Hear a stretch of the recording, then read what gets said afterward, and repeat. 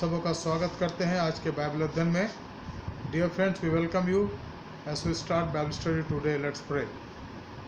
Heavenly Father, we want to thank you and praise you for this time that you have graciously given to us as we study your word today. We pray that speak to us, Lord, speak to me and speak to all of us. We pray for all the members of our church, Apostle Methodist Church. Lord, let your grace and mercy be upon us.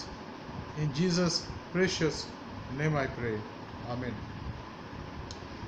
हमने कल जो वचन का अध्ययन करा था इफिसियों की पत्री के 4 अध्याय के कुछ पदों को हमने देखा था 17 पद से लेकर के उसके 32 पद तक। अगर मैंने कई बातों को आपके सामने रखा था तो दोहराने के लिए मैं आपको बताना चाहता हूँ कुछ मिनट्स में कि हमने पहली बात कल देखी थी कि संत पौलुस ये कहता है कि मैं ये आग्रह करता हूँ कि जैसे अन्य जाति लोग अपने मन की अनर्थ रीति पर चलते हैं, तुम अब से फिर ऐसे ना चलो। यह पौलुस इस बात के लिए कलीसिया के लोगों को प्रोत्साहित करता है कि वे उन बातों पर ध्यान दें जिनका संबंध ईश्वर के वचन के आधार पर नहीं है। आज भी प्रातःकाल में एक बाइबल स्टडी में भाग ले रहा था जो हेरेटिकल टीचिंग के बारे में बताया जाता है, उससे सावधान होने के बारे में। और ये एक ऐसा अनोखा कल्ट है जहाँ मरियम माता के परमेश्वर और माता के बारे में बताया जाता है और ये कल्ट है। लेकिन आश्चर्य की बात है कि बहुत से लोग इसके तरफ मुड़ रहे हैं। लेकिन जो बाइबल अध्ययन आज हम कर रहे हैं तो उसमें इससे बचा कैसे जाए इसके बारे में बताया जा रहा था। मैंने इसको अपने फेसबुक में पोस्ट करा है। अगर आप फेसबुक में मेरे हैं तो आप उसको पढ़ सकते हैं और उसके अंदर उन सारे रेफरेंस को दिया गया है जिससे लोगों को सिखाते हैं। इसलिए हमें सावधान होने की आवश्यकता है, हमें प्रभु के मार्ग में चलने की आवश्यकता है। और केवल वही नहीं लेकिन और बहुत से और गलत शिक्षाएं हैं, कल्ट हैं जिनके बारे में शिक्षाएं दी जाती हैं और हमें उसके बारे में सावधान रहने की आवश्यकता है। तो पौलुस यह कहता है, जो मैंने कल आपको बताया, कि वो आग्रह करता है इफिसुस की कलीसिया के लोगों से कि वो अन्य जातियों के समान अनर्थ बातों पर ध्यान दे करके उसके पीछे न चलने लग जाए। फिर मैंने आपको बताया था कि पौलुस क्यों कह रहा है। वो कहता है क्योंकि उनकी बुद्धि अंधेरी हो गई है और उस अज्ञानता के कारण जो उनमें है, उनके मन की कठोरता के कारण वे परमेश्वर के जीवन से अलग किए हुए हैं। इसीलिए पौलुस कहता है कि उनसे सावधान रहो। और फिर हमने देखा था तीसरी बात, वो कहता है पर तुमने ने मसीह की ऐसी शिक्षा नहीं पाई, वरन तुमने सचमुच उसी की सुनी और जैसे यीशु में सत्य है उसी में सिखाए भी गए। तो जो सिखाए हम गए हैं, जिन बातों का बताया गया है, उसके बारे में मैंने आपको कल बताया इफिसियों के 4 अध्याय के 17 पद से। आज हम आगे देखेंगे और मैं चाहूँगा कि आप बहुत ध्यान से इन बातों को गौर से देखें क्योंकि मित्र ये हमारे मसीही बुनियाद, मसीही जीवन की बुनियाद है। Dear friend, I want you to concentrate on this word very carefully because these are the base, the bottom line, the base of our faith. We cannot uproot ourselves from here and then start going here and there. That's what happens sometimes. Some of us, we go here and there thinking that they are giving us solid food. But the solid food is being given here in the church also. And last 4.5 months, we have been giving this Bible study for our benefit. And I want that all of us should study this word, should not neglect this word, because these are the word based upon the foundational word that are the base for our faith. And not only us, but when we are standing in this faith of the word of God, we will also do the same for our children also. Nowadays, friends, lot of people are coming around and they are still around, and every Sunday when the worship is over, when it is open, I'll see someone had come and kept the Mormon Bible, and then people stick. We need to be careful. We need to be careful, and if you have taken this type of thing, you need to consult a pastor and before starting reading, because if you read those Bibles, you will be definitely, have some type of doubt will be creating in your mind, your heart, and that doubt will force you to go little further and study their literature, and then you'll contact them, and subsequently within 6 months, 1 year of time, you will follow them. There are many people in our church, some of the young people who have gone away from this church, and they are in different places. It's not that the word of God is not taught here. The word of God is taught here, but they are giving prominence in those places. We also are giving prominence. If you come properly, talk to your pastor properly, will definitely see what you can do in the church, will give you responsibility. But just because we think that we are cared there properly, so we are going there temporarily. But when your needs are there, you will come back here only in the church, because this is your mother church. So these are the small things that we need to understand. हमें इन छोटी छोटी बातों पर गौर करने की आवश्यकता है कि भाई हम अपने मदर चर्च को मजबूत बनाएं. Let us make our mother church strong enough so that we evangelize others to come and join this congregation. And that is our duty, our privilege and our responsibility. ये हमारे जीवन की आवश्यकता है, हमारी जिम्मेदारी है, इसको हमें पूरा करने की आवश्यकता है. हम केवल ये ना सोच करके इधर उधर चले जाएं कि भाई कन्वीनियंट, और ये तो जगह ऐसी है साउथ दिल्ली की जहाँ पर लोग दूर दूर रहते हैं और आपके आसपास बहुत से हाउस चर्च चलते हैं. एक आध बार देखने चले जाइए भाई क्या हो रहा है, लेकिन आपको यहाँ आने की आवश्यकता है, क्योंकि यह आपकी मदर कलीसिया, this is your mother church.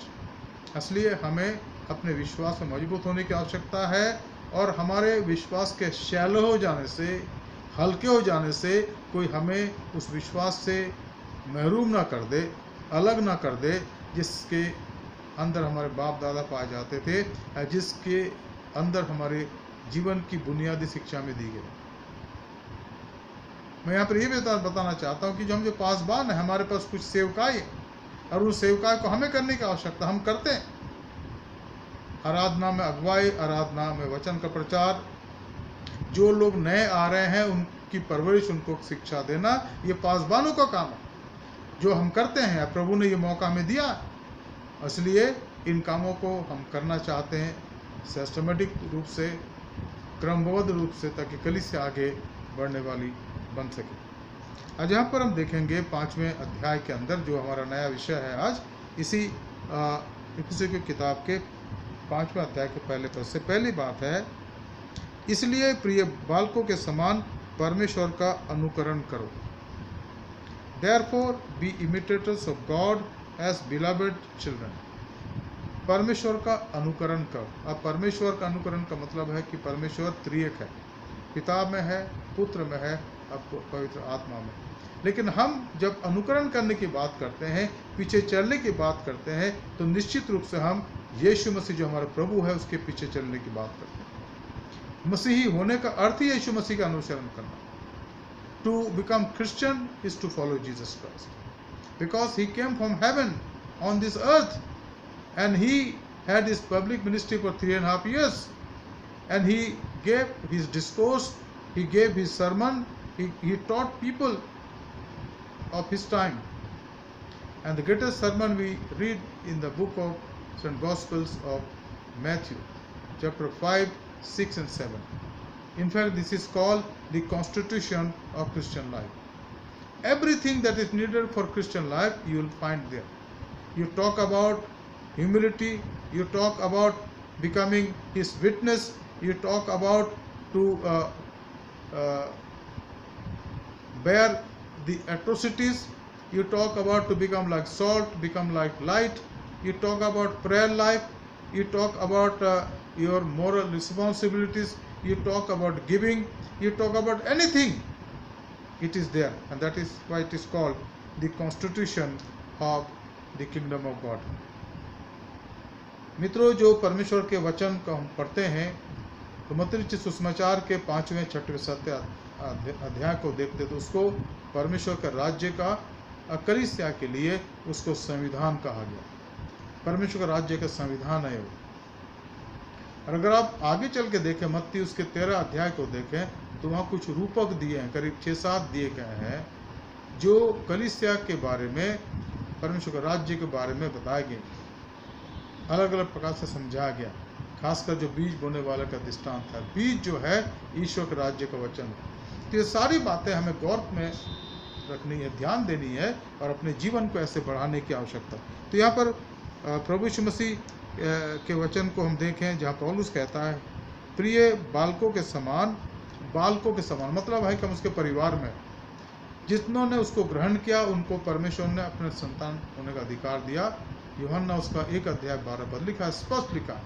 तो जो परमेश्वर के विश्वासी बन जाते हैं, जिनके पाप क्षमा हो जाते हैं, जिन्होंने अपने पापों का इकरार करा है, पापों का अंगीकार करा है, वो परमेश्वर के राज्य के अधिकारी बन जाते हैं। उनके नाम, जैसे मैंने आपको कल कहा, जीवन की पुस्तक में लिखे गए हैं और वो पाया जाता है लूका का 10वां अध्याय 20 पद। आप बार बार पढ़िएगा उसको।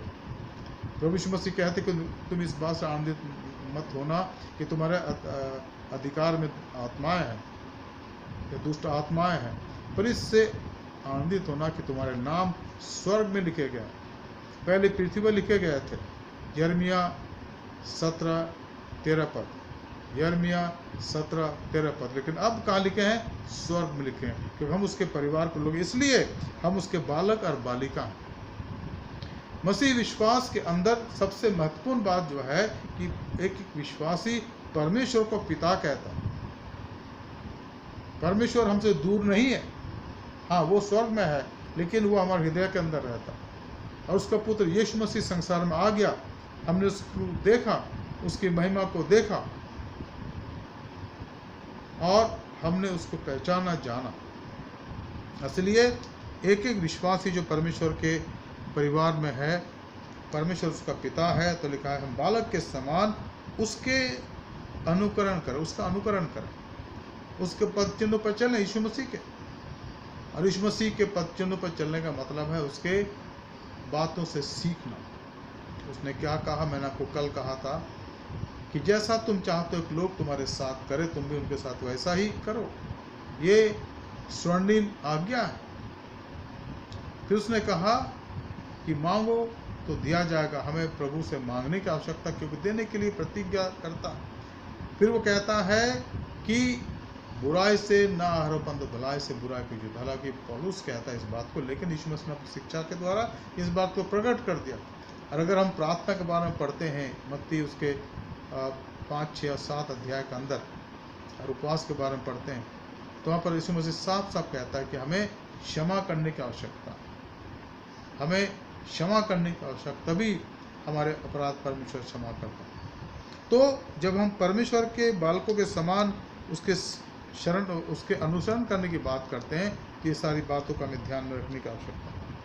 अब यहाँ पर परमेश्वर के जब अनुसरण करते हैं, यहाँ लिखा है और प्रेम में चलो, जैसा मसीह ने भी तुमसे प्रेम किया और हमारे लिए अपने आप को सुखदायक सुगंध के लिए परमेश्वर के आगे भेंट करके बलिदान कर दिया। अब यहाँ पर हमारे जीवन के परमेश्वर के कार्य के लिए अर्पण करने की बात का वर्णन, समर्पण करने की बात का वर्णन। हमें अपने आप को उसके वेदी में अर्पण करने की आवश्यकता है, देने की आवश्यकता है। और क्या पौलुस कहते हैं, पर वो कहते हैं और प्रेम में चलो। जब परमेश्वर के अनुसरण में हम चलते, उसका अनुसरण करते हैं, तो सबसे पहली बात आती है कि हम प्रेम में चले, क्योंकि परमेश्वर ने जगत से ऐसा प्रेम किया। और ये प्रेम जो है, इसके लिए जो शब्द आया है वो अगापे। उस प्रेम में कोई स्वार्थ नहीं होता, उस प्रेम में कोई अहम नहीं होता, या खुद ही की इच्छा नहीं होती कि भाई अगर मुझे कुछ मिलता है तो मैं चलूँगा, और नहीं तो मुझे क्या प्रेम करने की आवश्यकता है। हम कंडीशनल प्रेम नहीं करते, अनकंडीशनल लव। और परमेश्वर का जो प्रेम है वो अनकंडीशनल है। Dear friend, when we imitate God, the first things, and Paul write here, is that we need to love and walk in love as Christ loved us and gave himself for us as a fragrant offering and sacrifice to God। जैसे प्रभु यीशु मसीह ने, जो हमारा प्रभु, उसने अपने आप को दे दिया हमें भी परमेश्वर के लिए अपने आप को हर रोज देने की आवश्यकता है। It's not one time dedication. और बहुत बार हम कहते हैं कि हमने एक बार समर्पण कर दिया, अब हम दुनिया में कुछ भी करें कुछ नहीं हो सकता। ऐसा नहीं है। Once surrender always surrender. जब हमने अपने जीवन प्रभु को दे दिया, एक दिन जब हमने अपने जीवन के अंदर उसको प्रभु माना, तो उस मानने के बात को हमें जीवन के अंत तक याद रखना। The total surrender is for once for all, once for all. Then we come sometime to him, maybe daily we come to, but we re-surrender everything because the surrender has been made already. और यहाँ लिखा है कि जब हमने ऐसा करा है तो हमें प्रेम में चलने की आवश्यकता है। Because we have surrendered our life to Christ, to God, we need to walk in love as Christ. The love of Christ is before us, should be our motto, should be before us, so that by that example, following that example, we also love God and love our neighbors. Jesus, talking to his disciple and people, said 2 commandments. He summarized that 10 commandments into 2. The first commandment, he said, O Israel, love your God with your whole heart, mind and soul. That is the summary of the first 4 commandments in Mosaic law. And then the second commandment is said, love your neighbor as your own. That is the summary of 5th to 10th commandment. You read that commandment. You start with your respect for your parents, and then it goes up to do not greed, लालच मत करना। Love your neighbour, अपने पड़ोसी से प्रेम करो। और यहाँ पर जो हम प्रभु यीशु मसीह के इस वचन को देखते हैं जिसको पौलुस कहता है, और प्रेम में चलो जैसे मसीह ने भी तुमसे प्रेम किया और हमारे लिए अपने आप को सुखदायक सुगंध के लिए परमेश्वर के आगे भेंट करके बलिदान कर दिया। Walk in love as Christ loved us and gave himself for us as fragrant offering and sacrifice to God. परमेश्वर ने उसको इस संसार में भेजा जिसने अपने आप को हमारे लिए सुखदायक सुगंध के। और आप याद करिएगा जो परमेश्वर का मंदिर बनाया गया, मिलाप वाला तंबू, उसके बाद मंदिर बनाया गया, वहाँ पर जो महापवित्र स्थान और पवित्र स्थान है वहाँ पर सुगंधदायक द्रव्य चढ़ाए जाते थे परमेश्वर को भेंट के लिए। और परमेश्वर ने कहा था, उसके लिए विधियाँ दी गई और परमेश्वर उसको स्वीकार करता था। ठीक इसी प्रकार से हमें अपने जीवन में प्रभु यीशु मसीह के पद चिन्ह पर चलते हुए अपने जीवन को प्रभु के सामने सुगंधदायक या सुखदायक सुगंध के रूप में चढ़ाने की आवश्यकता है। इसका मतलब क्या है? वो शुद्ध हो, पवित्र हो, जिसको परमेश्वर स्वीकार करे, जो परमेश्वर को भाता हो। यानी हमारा जीवन जो हो इसमें कोई झुर्री या बुरी बात ना हो। सांसारिकता से हमने अपने को अलग कर लिया है और पवित्रता से शोभायमान कर लिया है। अब प्रभु के सामने उस जीवन को अर्पण करते हैं और हमें इस प्रकार से चलने की आवश्यकता है। दूसरी बातें लिखा है, जैसे पवित्र लोगों के योग्य हो वैसे तुम में व्यभिचार, किसी प्रकार का अशुद्ध काम या लोभ की चर्चा ना हो। अब यहाँ पर दूसरी बात में हम कई बातों को देखेंगे आज, जिस पर मैं चाहूँगा कि आप ध्यान दें, क्या क्या करने की आवश्यकता है। कई बातें यहाँ पर मैं संक्षेप में आपके सामने रखूँगा। पहली बात वो कहता है कि तुम में व्यभिचार और किसी प्रकार का अशुद्ध काम या लोभ की चर्चा तक ना हो। मोरल क्लीनलीनेस, नैतिक पवित्रता। मित्रों, बाइबल में लिखा है कि हर पाप जो इंसान करता है वो उसके देह से बाहर है। All the thing sin that are committed by human being except this one is outside of his body. This one, adultery or fornication या व्यभिचार जो यहाँ पर हिंदी में कहा गया है, वो शरीर के विरुद्ध में है, शरीर के द्वारा किया जाता है। और इसलिए इस पाप से परमेश्वर कहता है कि हमें बचे रहने की आवश्यकता है। आज हम में से कितने हैं, वो ये दिखता तो नहीं, कितने ऐसे हैं शायद जिनके इलिशिएट संबंध, अनैतिक संबंध दूसरों के साथ, शायद उसको हम किसी के सामने जाहिर नहीं करते, जाहिर होता भी नहीं है, और केवल उन दोनों को छोड़कर तीसरा अगर इस बात को जानता तो परमेश्वर जानता है। अगर ऐसा है तो हमें नम्रता दीनता के साथ प्रभु के सामने उसको मानने की आवश्यकता है, उसको स्वीकार करने की आवश्यकता है कि प्रभु आप इसको क्षमा करें, मुझे पवित्र करें और मुझे आप अपने योग्य बनाएं। इसके लिए हमें अपने आप को सचमुच में जांचने की आवश्यकता या देने की आवश्यकता। दूसरी बात जो हमें करने की आवश्यकता वो लिखा है यहाँ पर, और न निर्लज्जता न मूर्खता की बातचीत न ठट्ठे की, क्योंकि ये बातें शोभा नहीं देती, वरन धन्यवाद ये सुनी जाती। तो दूसरी बात जो है, the second thing that Saint Paul talks about is 4th verse, let there be no filthiness or foolish talk, nor crude joking, which are out of place, but instead let there be thanksgiving. दूसरी बात जो हमें ध्यान देने की आवश्यकता है कि हमारे जीवन के अंदर ये दूसरी बात ना हो। क्या ना हो? ना निर्लज्जता की, कोई ऐसी बात हमारे जीवन में ना हो जिससे हमें लज्जा होती है, या मूर्खता की बातचीत, और न ठट्ठा। कई बार हम ठट्टा करते हैं, सामने तो नहीं करते, पीठ पीछे करते हैं, और उनके खिलाफ हम मूर्खता की बात करते हैं, वही दोष लगाना, वही गॉसिप। सत्य पता नहीं है, सत्य का कुछ आता पता नहीं है, सुनी सुनी बात लोगों ने बोल दिया तो हमने मान लिया और बोलने लग गए। हमें ध्यान देने की आवश्यकता मित्रों कि एक बात जो हम बोलते हैं, खिलाफ में बोलते हैं, खास करके जो परमेश्वर की सेवा में है, उसका उत्तर प्रभु हमसे मांगेगा। एक दिन आएगा, अगर उसने कहा है तो ये होगा। यीशु मसीह ने ये कहा ना कि आकाश पृथ्वी टल जाएगी पर मेरी बात नहीं टलेंगी।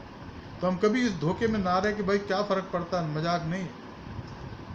हाँ, मजाक हम करते हैं सामने बैठ के, जो व्यक्ति का सामने बैठ के मजाक कर वो भी हंसे हम भी हंसे, अलग बात है, वो अलग बात है। लेकिन पीठ पीछे किसी के बारे में ऐसी बातें बोलना जो मूर्खता की बात हो, जो ठट्ठी की बात हो और जो शोभा नहीं देती है, उससे हमें अपने आप को अलग रखना।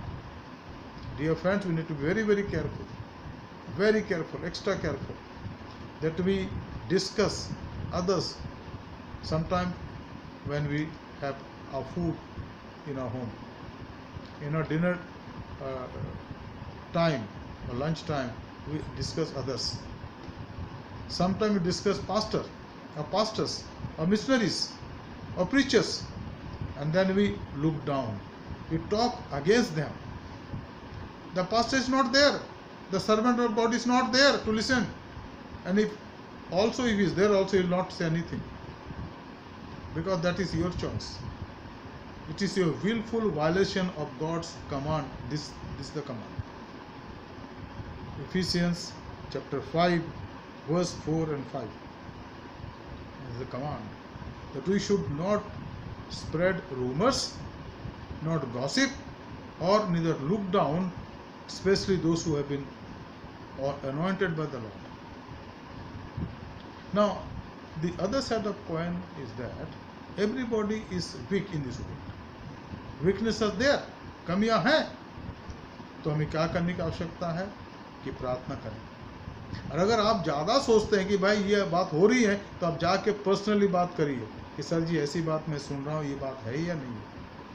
कई बार हम लोग आके बोलते हैं कि साहब ये बात हो रही है, यहाँ हो रही है, वहाँ हो रही है। कभी आपने देखा कि उनके बारे में हम ढिंडोरा पीट रहे बार?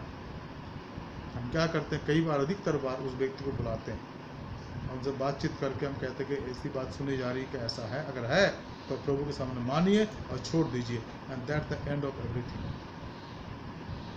और यही चाहते हैं।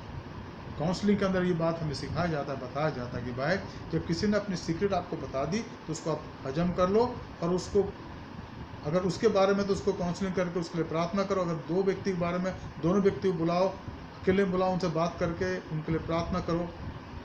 लेकिन इन बातों को इधर उधर लोगों के सामने मत बोलते रहो, उससे कोई फर्क नहीं पड़ता। उससे कोई सोल्यूशन नहीं होता, वो बात बिगड़ जाती।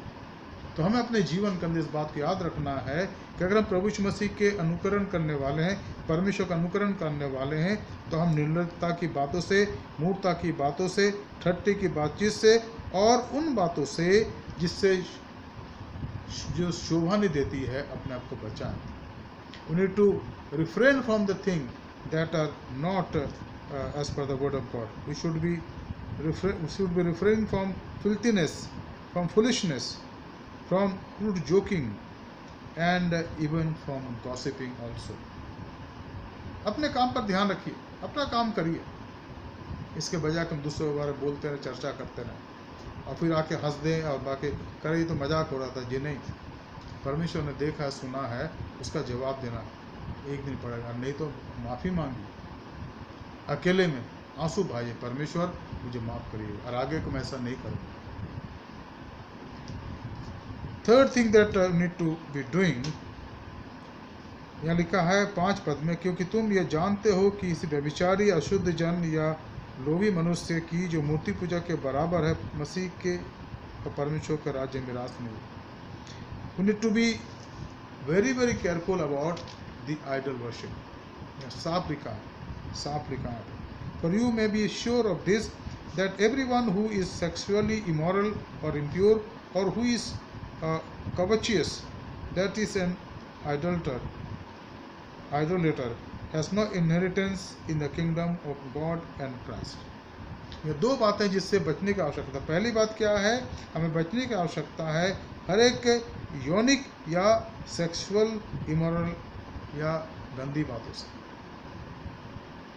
हाँ, अगर अज्ञानता में पहले हमने कर दिया वो अलग बात है, क्योंकि मैच्योरिटी आने में समय लगता है जीवन में, कभी 20 साल में, कभी 25 साल में, कभी 30 साल, कभी 35, कभी 40 साल, कभी 50 साल में, तो वो अलग बात है।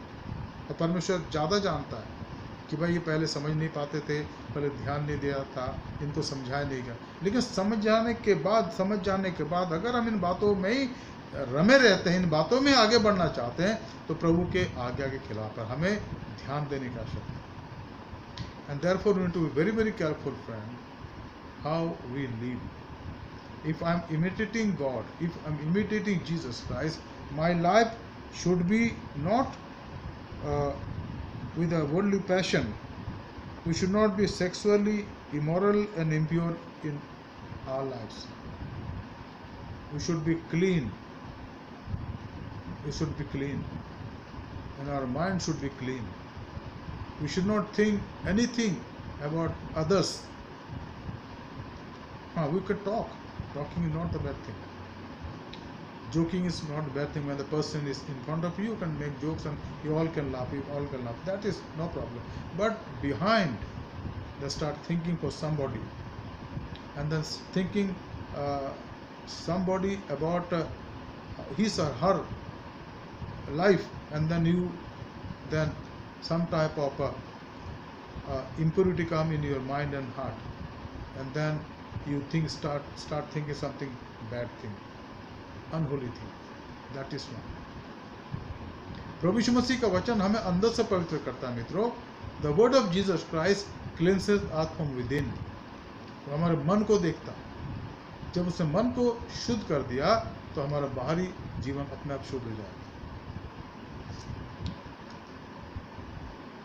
क्योंकि यहाँ लिखा है कि ऐसे ऐसे काम करने वाले, लिखा मूर्ति पूजा, मसीह और परमेश्वर के राज्य के मिरास उनको नहीं मिलेगा।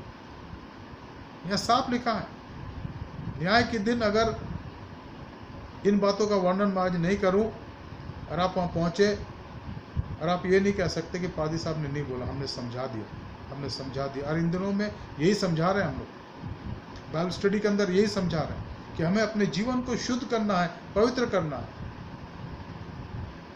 कभी कभी बातें कड़वी लगती हैं। Sometimes these things are very bitter in hearing. It's bitter because these are true word of God.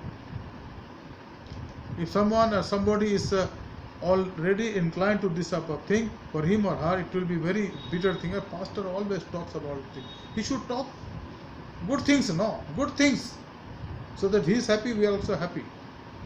Bible is not here to make me happy, my friend. Bible is here to make me to be convinced of my sins, of my wrongdoing, so that I am made pure by the grace of Jesus Christ. So that on the day of judgment, I can stand before Him with confidence. The Word of God, which convinces us now, which convinces me of my sin and undoing now, tomorrow it will be my confidence.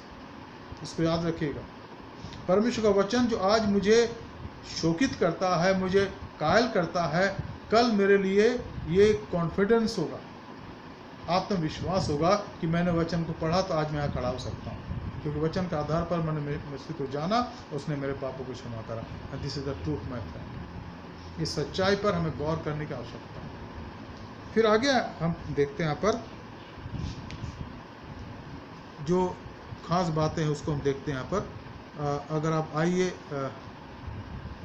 15 पद में देखिए, 15 पद में जो चौथी बात है यहाँ पर 15 पद में लिखा है। क्या लिखा है 15 पद में? क्या लिखा है? इसलिए ध्यान से देखो कि कैसी चाल चलते हो, निर्बुद्धि के समान नहीं परंतु बुद्धिमानों के समान चलो। ध्यान से देखो कैसी चाल चलते हो। मूसा ने प्रार्थना करी है, परमेश्वर मुझे ऐसी बुद्धि दे कि मैं अपने जीवन के दिनों को गिनने लग जाऊं।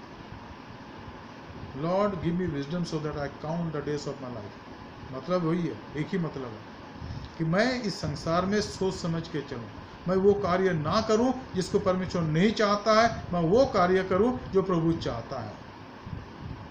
दूसरी बात, मैं बुद्धिमान बनूं, उसके वचन उसका भय मानूं।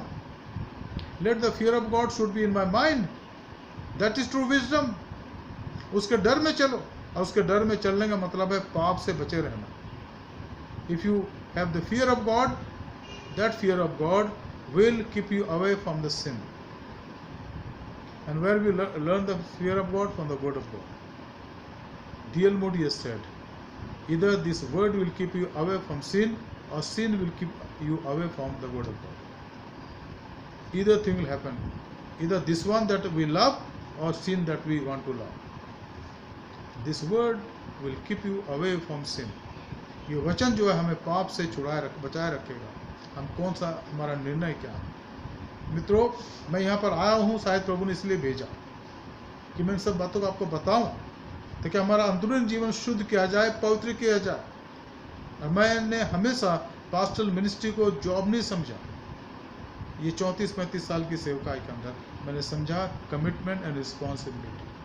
और जहाँ भी मैं गया, ये मेरे लिए 11वां चर्च है, मैंने कलीसिया के लोगों को हमेशा हिदायत दी है, समझाया है कि प्रभु के लिए अपने आप को शुद्ध करो और पवित्र करो, उन तमाम बातों से अलग रखो जिससे तुम्हारी आत्मा दूषित होती है।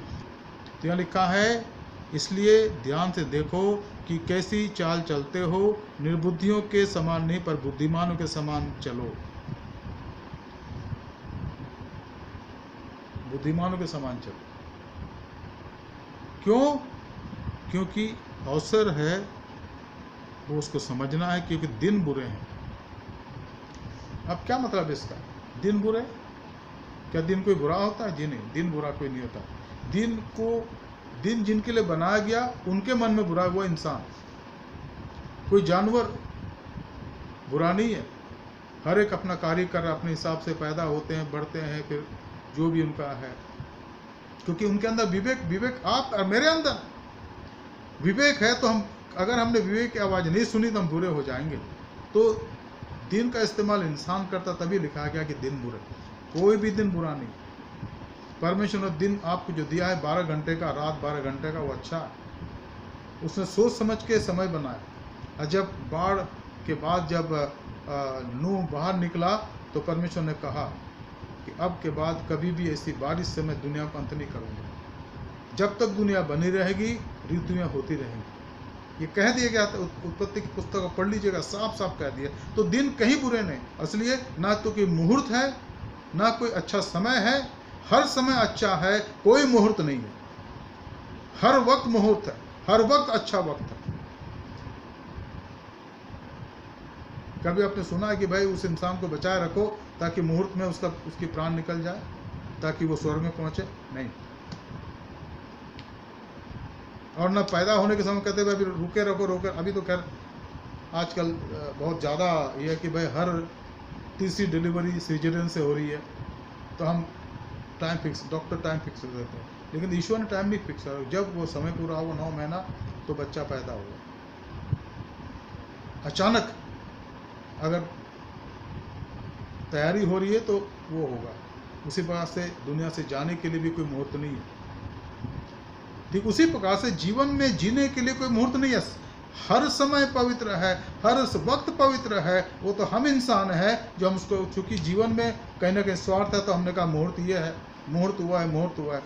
ऐसा कुछ नहीं है, हर वक्त पवित्र है। परमेश्वर के सामने हमें इस बात पर ध्यान देने की आवश्यकता है। यहाँ लिखा है, that is why it is there.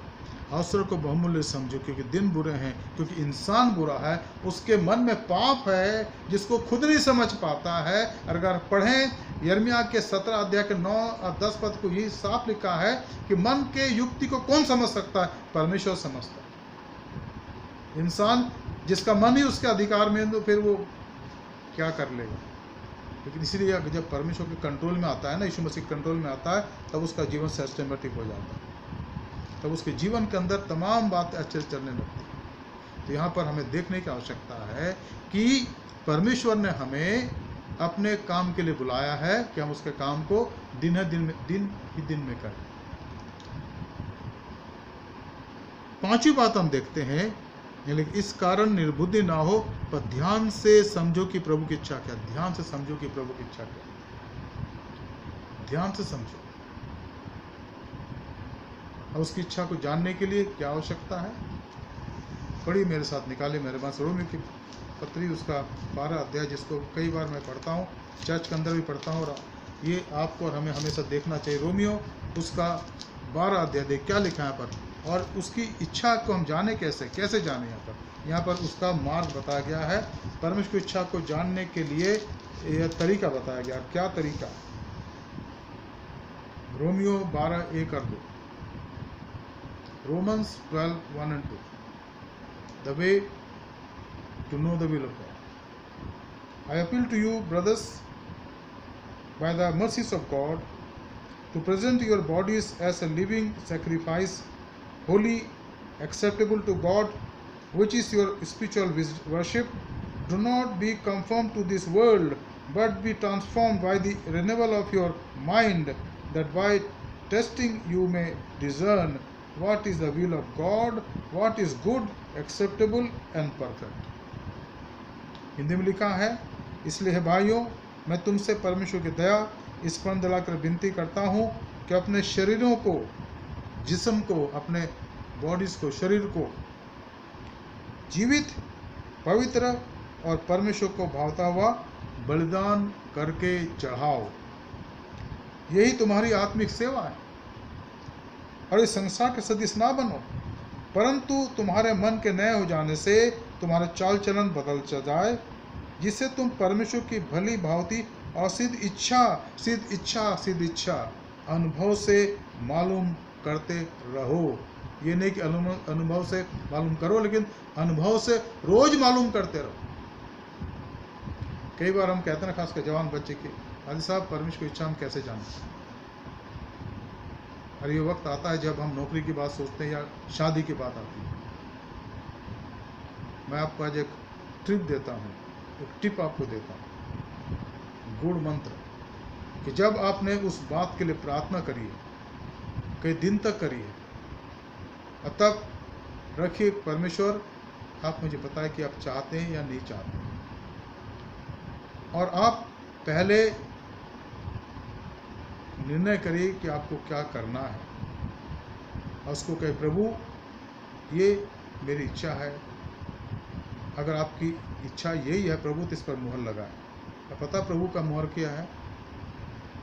आप आमीन बोलेंगे, आपके मन में शांति आ जाएगी। You will have the peace of God in your mind. That is the seal of God, that this is his will also for you.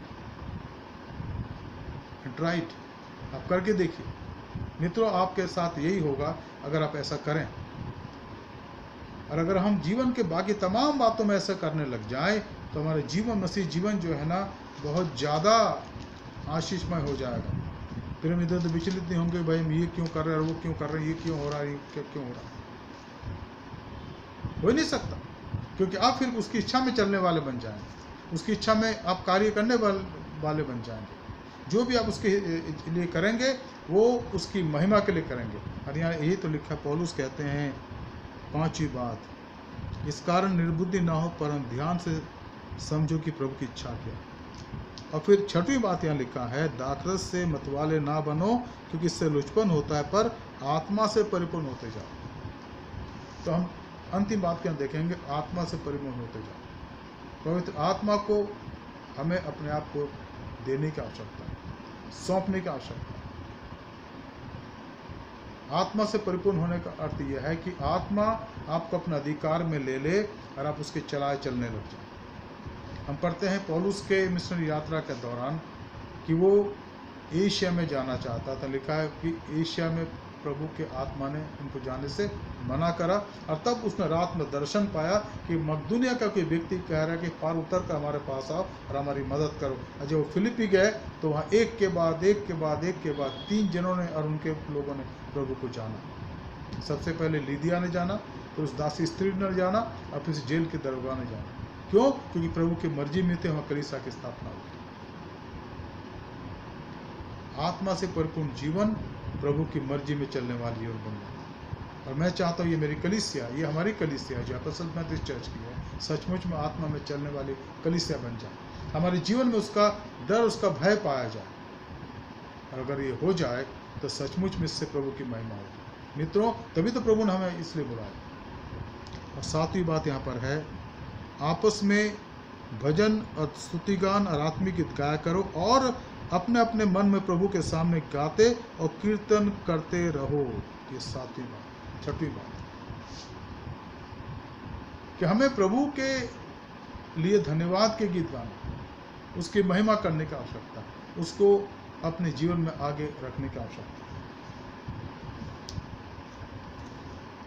मित्रों, इन बातों पर हम जब गौर करते हैं तो हमारे मन को आनंद मिलता है, क्योंकि ये हमारे जीवन की बुनियादी बातें, चाहे हमारे आराधना की जो हम प्रभु के नाम की करते हैं, चाहे दूसरों की मदद करने की जो हम प्रभु के नाम की करते हैं, चाहे हमारे द्वारा देने की जो हम प्रभु के नाम की करते हैं, ताकि हम सब प्रभु में आगे बढ़ने वाले बन सकें। मित्रों, आज हम ये रुक जाएंगे। मेरी आशा है कि हमने जो कुछ सीखा आज उस पर ध्यान देते रहेंगे। आइए हम प्रार्थना करें। धन्यवाद, स्तुति और महिमा के हुए पिता परमेश्वर, आज के वचन के लिए प्रभु जी हम आपका धन्यवाद करते हैं और आपसे प्रार्थना करते प्रभु कि हम आपके वचन के गहरे अर्थ को जाने और अपने जीवनों को प्रभु आपकी वेदी में अर्पण करने वाले बन सकें। ये वचन के बीच प्रभु आज हमारे हृदय रूपी खेत में बोया कि हम चाहते प्रभु को बैठ ना जाए, पर आपके आत्मा के द्वारा प्रभु ये सींच आ जाए ताकि फलवंतित हो और इसमें फल लगे प्रभु 100 गुना, 60 गुना और 30 गुना। कलीसिया के हर एक विश्वासियों को आप संभालें, हर एक की रक्षा करें। हमारा उद्धारकर्ता प्रभु यीशु मसीह के पवित्र नाम से मांगते हैं, आमीन। Dear friends, some announcement are there. I'll just quickly share these things. This Bible study will continue every day. The time is evening 7:30. Every Sunday we have Sunday school at 4:30 through Zoom, and I'll request all of us, the children, those who have children, please contact Dr. Bitra George. He is the Sunday school superintendent, and he will guide you and help you so that your children participate in the Sunday school. Every Sunday afternoon our MY they meet through Zoom, and I request our youth to also continue to meet. Also, I request all the sisters of WCS, every second Sunday they have, every second Saturday they have meetings, evening 4 o'clock, and all the WCS sisters are requested to please meet and contact our WCS president accordingly. Let us continue to pray for our country, our church leaders, and pray for our church, this congregation, Apostle Methodist Church. Let's pray for the cure from the coronavirus effect. Pray that by the grace of God this pandemic may soon leave and our society is being made free by this from this coronavirus effect. हम प्रार्थना करें कि बीमारी जल्द से जल्द ख़त्म हो जाए और हमारा समाज जो है शांति से जीवन व्यतीत कर सके। आइए हम प्रार्थना करें। धन्यवाद देते प्रभु कि आज आपने हमारी प्रार्थना सुनी। प्रभु जी, आज ये मौका दिया कि हम आपके वचन का अध्ययन कर सकें। जो कुछ हमने सीखा प्रभु, उस पर चलने की मदद सहायता करें। कलीसिया पर आशीष हो। कलीसिया के तमाम बुजुर्गों के लिए प्रार्थना करते हैं, बच्चों के लिए प्रार्थना करते हैं, एक एक माँ बाप के लिए प्रार्थना करते हैं, एक एक हमारे WCS के बहनों के लिए प्रार्थना करते हैं, मैथिसमैन के भाइयों के लिए प्रार्थना करते हैं। कलीसिया का हर एक पर आशीष हो। हमारे दिल्ली रीजनल पर आशीष हो प्रभु जी। हमारे बिशप साहब, बिशप सुब्रत सिंह मंडल, मैडम सुजाता मंडल और तमाम DSS के लिए प्रार्थना करते प्रभु, और उन सब के लिए प्रार्थना करते जो हमारे कलीसिया और दिल्ली रीजनल कॉन्फ्रेंस MCI में शरीक हैं। हर एक को संभाले, सहायता करें। हमारे धन्यवाद को स्वीकार करें। हमारे उद्धारकर्ता प्रभु यीशु मसीह के पवित्र नाम से मांगते हैं, आमीन। आइए हमारे बाप, तो जो आसमान पर है, तेरा नाम पाक माना जाए, तेरी बादशाहत आवे, तेरी मर्जी जैसे आसमान में पूरी होती है ज़मीन पर भी हो। हमारे रोज़ की रोटी आज हम बख्श दे, आज जैसे हम अपने कसूरवारों को माफ़ करते हैं, तू भी हमारे कसूर को माफ़ कर। हमें आजमाइश में ना ला, बल्कि बुराई से बचा, क्योंकि बादशाहत, कुदरत और जलाल हमेशा तेरी है, आमीन। अब हमारे खुदा यीशु मसीह का फजल, खुदा बाप की मोहब्बत, रूह कुद्दूस की हिफाज़त इशराक़त हमें सारे के साथ इस समय और हमेशा तक होती रहे, आमीन। यीशु ही प्रभु है, Jesus is Lord. May God bless you and keep you safe under the protection of his Holi wings. आप सबों को प्रभु आशीष दे, आपकी रक्षा करे और इस तमाम पैंडेमिक के प्रकोप से बचाए और आपको स्वस्थ रखे, शांति में रखें, आनंद में रखें। परमेश्वर आपको आशीष दे, आप सबकी प्रभु सहायता करे। सबको धन्यवाद, सबको जय मसीह।